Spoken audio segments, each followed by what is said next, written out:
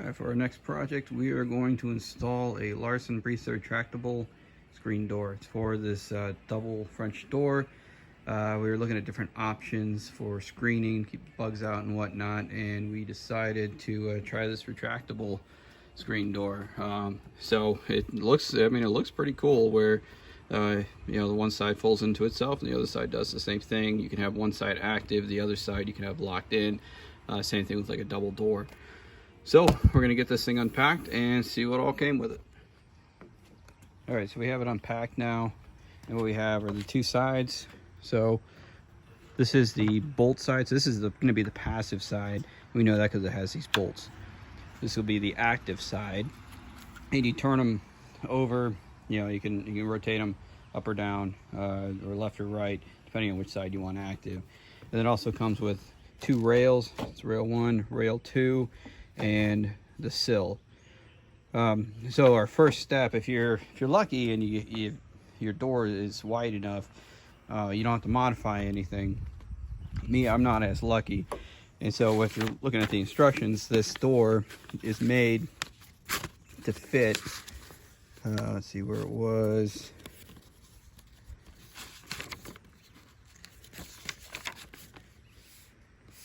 Between 68 and 72 inches. Now mine measures at 64.5, so I have to do the go to page 9 where it'll tell me how to cut down the rails, because I read through this earlier and it's not as simple as oh well, you just cut off, you know, 3.5 inches and you're good. There's a specific way I have to do this. I have to measure the door opening, blah blah blah. So standard door width minus your existing door. It's 2 inches plus the 1 7/8 equals 3 7/8 inches total amount to be cut from the end of the track, end of the top and bottom track. So that's what I need to do. I'm going to go ahead and do that. I'll grab either a hacksaw, or I might even use a you know, my miter saw with a metal cutting blade, but it doesn't look like it's that hard to cut, so I'll probably just grab a hacksaw. And so that's the first thing I'm going to do is cut those rails. All right, so I got my rails marked. I went back and I decided to go ahead and just do the math. I did it in my head. I'm like, you know, I really should write this down just to make sure I don't make a goof and ruin this whole deal. So for mine, at 64.5 inches wide, so 68 minus 64.5, 3.5 plus 1 7/8, which is 1.875, is 5.375, which is 5 3/8. So tape measure with a Sharpie and a speed square. Went ahead and made my marks, and I was going to just use a hacksaw, and then when I was going to go get it, I looked at my jigsaw. I was like, well, if I put a new metal cutting blade in there, that should rip right through it without too much of an issue. I was afraid the Sawzall would just be a little too rough on it, but jigsaw will be good to go. So I'm going to go ahead and make those two cuts, and then we'll start getting this thing assembled. All right, so I laid out the pieces here with the front side down because of how these brackets are made. It's just a lot easier. So I put in the two ends, and I'm going to do the same thing up at the top. All right, so to put your piece in, you grab your piece. You want that fuzzy side to the inside. Remember, we're looking at the outside here, and you take it.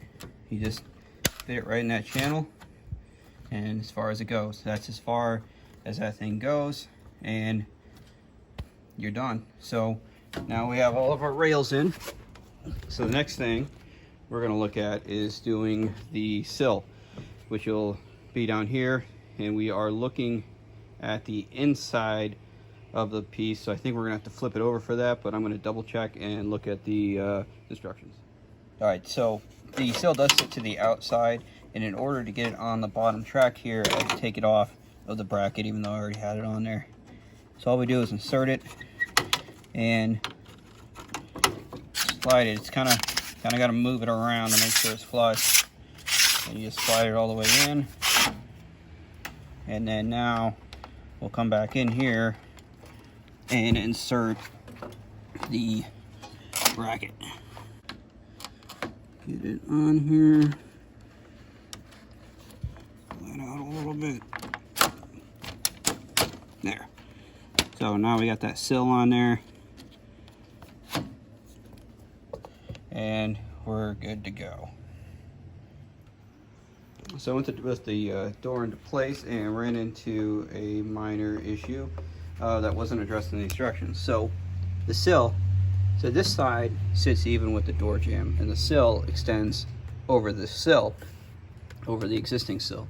So even on this side, come over here, and we are out to this outside. So when I lift it up into place, I'm hitting this. So what I'm going to do is take it back apart. First I'm going to mark this where it is. Then I'm going to take this out and cut the sill and put it back together. Alright, so I got the sill cut. It's in place. So now I have it resting here in the door. What we're going to do is lift this up into place, and we're going to put a screw on each side here and on the other side. And we're not going to overly tighten it. We're just going to make it so that it's sitting where it needs to sit, and then we'll come back and tighten it up a little later. So I'm going to go ahead and do that, and then we'll move on. Alright, so I got the screws in. Like I said, just kind of loose, enough room where, you know, they can do a little bit of adjustment. That's what the instructions said, and we'll come back, tighten them later. Now, we're going to put in some sill screws, and they want them 4 inches from the sides. So I measured in 4 inches, made a mark with the Sharpie, and then 10 inches from the center. So, you know, I knew this was centered of my French door here, so I made a little mark, and this went 10 and 10. So now we're just going to go and put in our first screw here. Now they gave us self-tapping screws, which was nice, and so we can just get on the spot.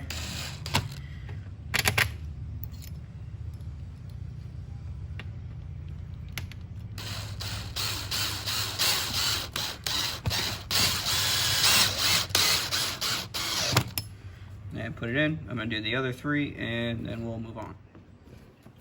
Alright, so we got all the sill screws on. So now we're going to go back through. We're going to put that screw in, and we're going to tighten up the ones at the top, and then we'll drill holes for this center part where these slide bolts go in. Alright, so our next step is to drill the holes for where these slide bolts go. So to do that, we open our screen. Pretty darn cool. So I'm just going to put it about where I want it, which is roughly in line with that one there. In fact, I'm going to go right in line with those, and it goes in this track right here. You can kind of see it. And so what I'm going to do is get my speed square, and I'm just going to go mark the hole. I'm going to do the same thing on top, and then we'll get to drill. All right, so we need to drill the hole here.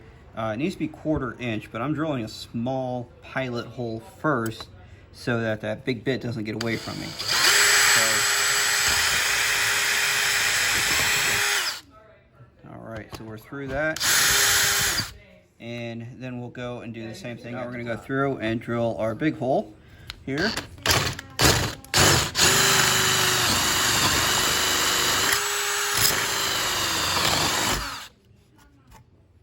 Alright, and then we're through, and I'm going to drill the hole at the top, and we will basically be done.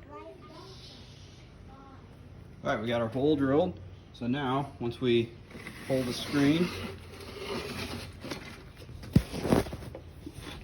pull the screen over, and you just push this little guy down, and it's latched. Same thing at the top. We'll bring this over, and latched at the top. Now to close it, you grab this, bring it over, and now we have our really cool retractable screen door, all nice and installed. Come over when you want to open it, hit the lever, and how cool is that? Same thing on the bottom and the top. You want to retract and open up the whole thing.